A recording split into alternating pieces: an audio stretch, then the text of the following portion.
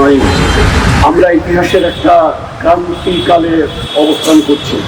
ইতিহাসে অনেক সময় খুব অল্প সময়ে অনেক ঘটনা ঘটে, আবার অনেক সময় শত শত বছর কেটে যায়, কিছুই হয় না। আমরা ইতিহাসের এমন একটা সময় আছি যখন অতি অল্প সময়ের মধ্যে একের পর এক অনেক গুরুত্বপূর্ণ ঘটনা ঘটছে। সুতরাং এটা আমাদের জন্য সিগন্যাল দেয় যে আমরা একটা ক্রান্তি লগ্নে আছি।